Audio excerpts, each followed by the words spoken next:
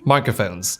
There are so many types of them, it really can be quite daunting for anyone who's new to filmmaking, because you realize there really isn't a one mic fits all solution.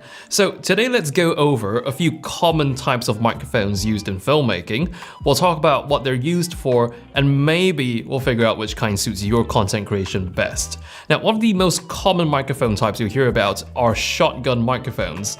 They almost always look like a thin metal tube with slits on them. Shotgun mics are highly directional, meaning you've got to point them quite exactly at the sound you intend to record. That's because they tend to have great off-axis rejection, meaning sounds coming from the side of the mic do not get recorded nearly as loud and as clearly as the sound you're pointing it at. There are two ways shotgun mics are commonly used, the first of which is actually the setup I'm using to record this video right now.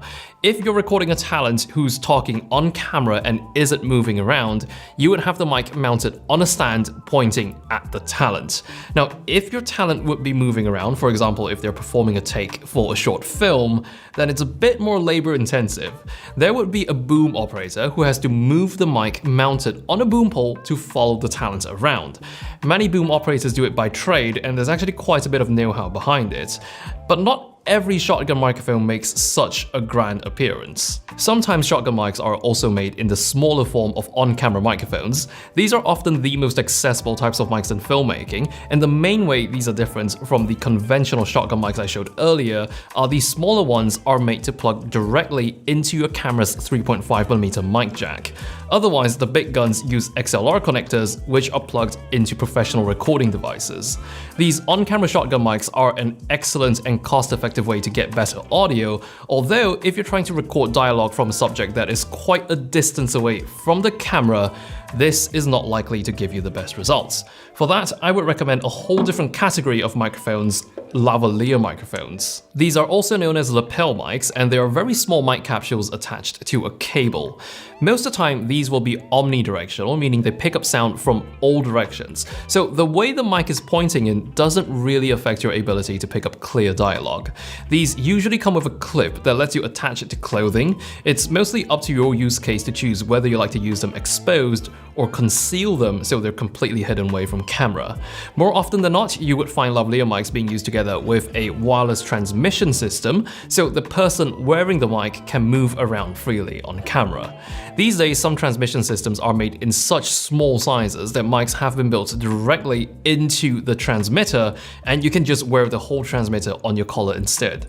Still, if you want a more discreet look, it is still preferable to run a cabled lavalier mic so the transmitter is completely hidden from view. The next type of mic we'll be talking about is one more commonly used behind the scenes.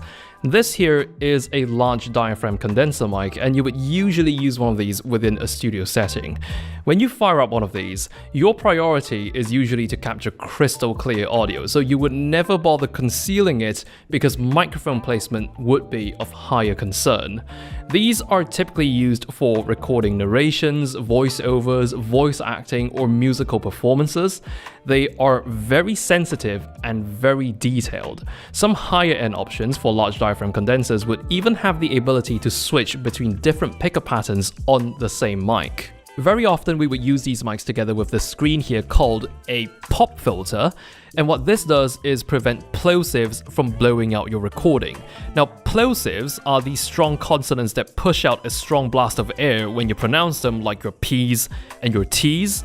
For vocals, some might also prefer a mic like this Shure SM7B here. This is actually not a condenser microphone. This technically belongs in a completely different category known as large diaphragm dynamic microphones, and compared to the condensers, this is a lot less sensitive, but these are highly regarded for their ability to round out the harsher high frequencies and voices, and you'll see it being used all the time on vocals for songs, as well as being one of the favorite choices for podcasting. In the world of audio, there's actually quite a few more types of microphones than the few I've just mentioned, but these are the few more likely ones you'll run into as a video creator. Hopefully, by getting to know them, it would help you make a more informed decision next time you pick out your recording equipment.